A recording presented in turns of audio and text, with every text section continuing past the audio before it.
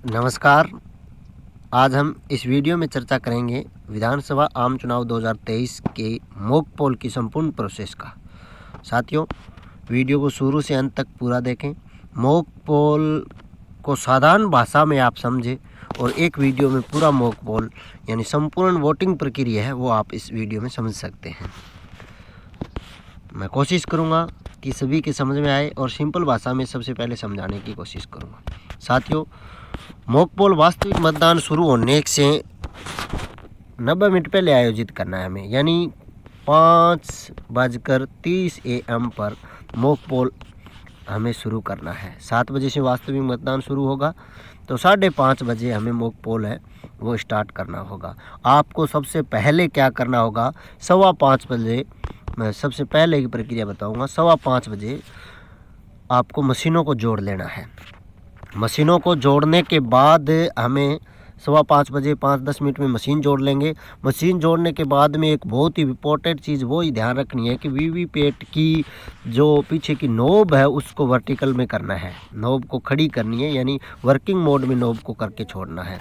जब तक नोब को हम वर्किंग मोड में नहीं करेंगे तो साथियों चुनाव प्रक्रिया में गलती होने की संभावना। सबसे पहले हमें ध्यान रखना है 5:15 बजे मशीनों को जोड़ना है। उसके बाद में वीवीपैट की नोब है इसे वर्किंग मोड पर वीवीपैट को लाना होगा। मॉक पोल स्टार्ट 90 मिनट 5:30 बजे हम मॉक पोल स्टार्ट करेंगे। मॉक पोल स्टार्ट करेंगे, सबसे पहले हमें यह ध्यान रखना है कि कम से कम 2 मतदान अभिकर्ता हमारे पास मौजूद होने चाहिए। अन्यथा नहीं है तो 15 मिनट तक हम उसकी प्रतीक्षा करेंगे, यानी 5:45 तक हम प्रतीक्षा करेंगे।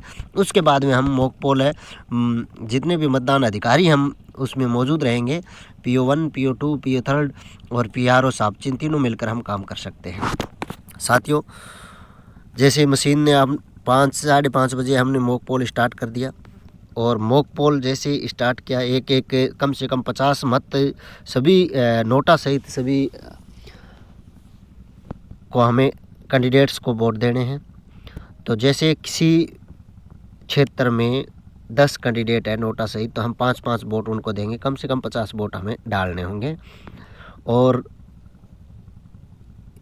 मैं यह कहना चाहूँगा कि PRO साहिब खुद वोटिंग कंपार्टमेंट में जाकर मॉक पोल की प्रक्रिया है वो सुनिश्चित तरीके से करवाएं और जो PO3 है उसको बेल्ट यूनिट जारी करने के लिए बैठाएं, ताकि वो मॉक पोल की तरह समय में ही बेल्ट बटन जारी करने की प्रक्रिया है वो पूरी तरह से समझ सकें।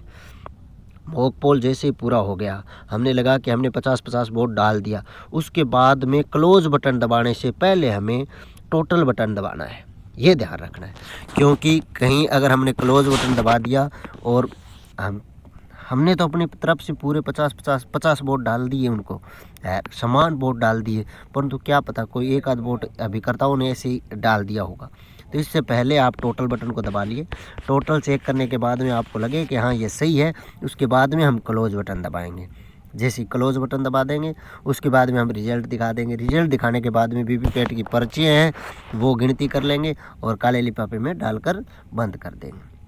उम्मीदवार के जो अभिकर्ताएँ हैं उनको हम वो पर्चियाँ गिनवा देंगे, रिजल्ट भी दिखा देंगे और लास्ट में मशीन का है नियंत्रण यूनिट CU का है कंट्रोल क्लियर बटन है वो दबाकर उसको क्लियर कर देंगे। उसके बाद में एक बार टोटल और देख लेंगे, वो भी अभिकर्ताओं को दिखा देंगे कि भाई टोटल देख सकते हो आप। टोटल दिखाने के बाद में खाली ड्रॉप बॉक्स से भी मतदान अभिकर्ताओं को दिखाकर हमें सत्यापित करनी होगी। उसके बाद में जो पर्चियाँ हैं उसके पीछे मॉक पोल की पर्चियाँ, उसके पीछे मॉक पोल की स्लिप जो रबड़ स्टाम्प हो रहा है वो हमें लगानी होगी। काले लिफाफे में बंद करके उस पर मतदान अभिकर्ताओं के हस्ताक्षर लेने होंगे और मॉक पोल का जो लिफाफा है ब्लैक कलर का वो पिंक पेपर सील से दोनों तरफ से सील करना होगा। पिंक पेपर सील एक मिलेगी हमें, उसे बीच में से काट कर दोनों तरफ चिपकानी होगी और पिंक पेपर सील पर भी मतदान अभिकर्ताओं के साइन है वो करवाने होंगे।